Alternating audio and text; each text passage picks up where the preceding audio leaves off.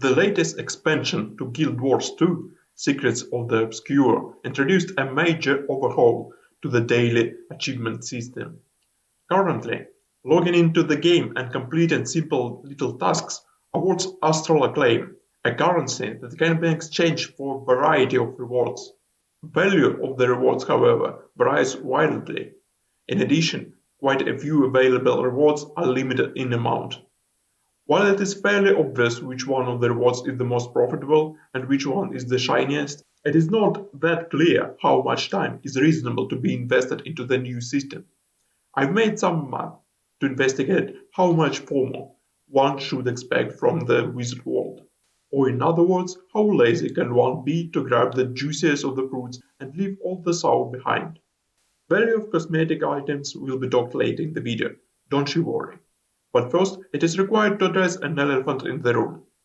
Some rewards, including an extremely rewarding legendary weapon kit, are not trivial to convert into non-account bound value. So the different cases will be considered. I have sorted all non-cosmetic items according to the gold value per point of astral acclaim, with regard to how many acclaims can be spent on each and compiled in a graph, to guide from the most valuable item to the next most profitable one, after depleting the limited pool of purchases. Let's have a look. First, we start at an incredible value of almost half a gold per astral acclaim with the legendary weapon kit for the first 1000 acclaim. Interestingly, if you go for only Gift of Might or Magic, it is still the most profitable item in the world. Then, after the noticeable drop, there is a limited version of Bag of Coins. After the first 1000 acclaims, the reasonable investment to the next 540 acclaims is pure gold coins. Gold coins are followed by the Mystic Coins and Tome of Knowledge, considering a Tome Knowledge being worth about 1 gold coin.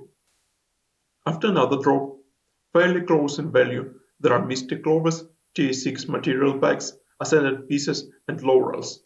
Finally, after spending 7100 astral acclaim on all the limited items in the world, the only unlimited item worth of value is the Bag of Coins, lasting for about the next possible 7000 astral acclaim till the end of the season. Looking at the resulting graph, it is possible to draw some conclusions. Gold value per point of astral acclaim varies a lot, so the first 1000 of astral acclaim is more valuable than the second 1000, the third is less valuable, and so on. The most value is concentrated at the beginning rather than the end of the curve, so purchasing all items up to the second major drop between tomes and clovers yields about 53% of all possible value that can be extracted during the whole season, while requiring only 16% of all possible astral acclaim that can be accumulated until the reset. This is just 2,360 astral acclaim out of more than 14,000 possible seasonal acclaim. It is the equivalent of about 3 weekly sets, or weekly set plus special category and just login dailies. In other words, it is possible to slug 5 out of 6 weeks and still earn the majority of the rewards. So no much FOMO on that front. All the cosmetic items from the world, with addition of templates that may become back expansion or something like that the next season, contribute to about 6,000 astral acclaim. Adding this to the previous 2,360 astral acclaim to grab the most value means that the grind becomes more serious, to the point it requires completing over the half of all regular challenges, so either show some restraint or start farming dailies. In addition, completing every challenge and turning all possible astral acclaim to gold will yield about 16 gold per day on average over the whole season, which is noticeably more than the previous login daily system, or 5 gold per day. In terms of time investment, daily section can be completed optimistically within 10 minutes, resulting in roughly 400 astral acclaim per hour, give or take, which translates in about 200 gold per hour at the very start during the acquisition of the legendary kit, to the 11 gold per hour at the very end during buying unlimited gold packs, As the relative value of astral claim goes down, the more it is already spent, and the more time-consuming challenges are getting into the picture, relative gold value per hour drops significantly. With the assumption of 10-minute daily set completion, Tome of Knowledge purchases yield about 50 gold per hour, and Mystic Lovers about 30. But the moment the time-consuming daily jumping puzzle strike or nasty mini dungeon enters the scene, the time goes up and the value goes down. So with the double time, 15 gold per hour from Clovis doesn't look as interesting time investment, while 25 gold per hour from Tomes may still hold strong compared to other money grind activities. So the threshold for engagement with a new system can be placed somewhere there.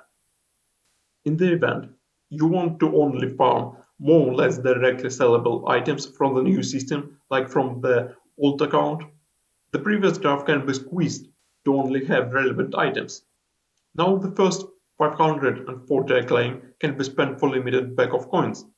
Keep in mind that login only challenge awards less acclaim of the season overall, so it is always the highest value offer. But in the end, it is only 83 silver per day.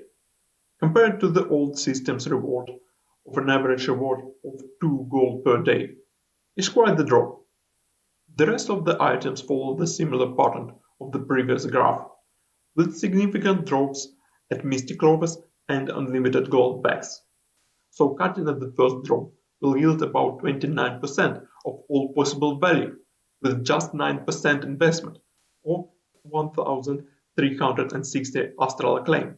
At this point, I would suggest just to complete 2 sets of weeklies on that account, and forget that this old account even exists until the next reset of the Wizard World.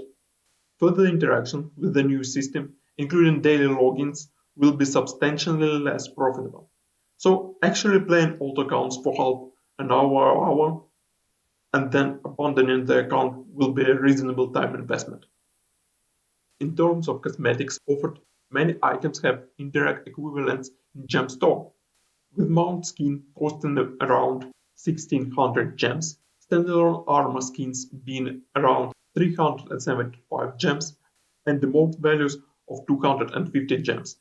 Exact copies of templates, revive orbs, and transmutation charges, please don't buy them, have the prices set in the store. Weapon skins are closer to the weapons from the Black Lion chests, so their value is about 10-20 gold per piece, which puts them at 6-12 silver per astral acclaim value. About the gold value of Mystic Lovers, bought with the Wizard World. Interestingly, the deviation in gem value for cosmetics is more timid than for gold items, ranging from 0.7 gems per acclaim of build templates to 3 gems of transmute charges, versus about 50 silver per point for legendary key, to 3 silvers per unlimited bag of coins, or 30 coppers for tier 5 crafting bags. Astral Claims allows to indirectly compare gems to gold. It turns out that the rate of somewhat similar to the gem exchange of 1 gold to 3 gems is achieved in case of legendary kit. For other gold items, the rate between gold and gems through Astral Claim is less favorable to the gold. Further speculation regarding how ArenaNet internally evaluates the value of many items in the Wizard World or the desired exchange rate of gems to gold can be derived from these numbers. But overall, it is not the financial advice regarding investment into gem exchange market, but just a peculiar observation. I hope this little investigation will help you to form your own approach towards the new Wizard World. Plan carefully, don't get a burnout, and have a nice day.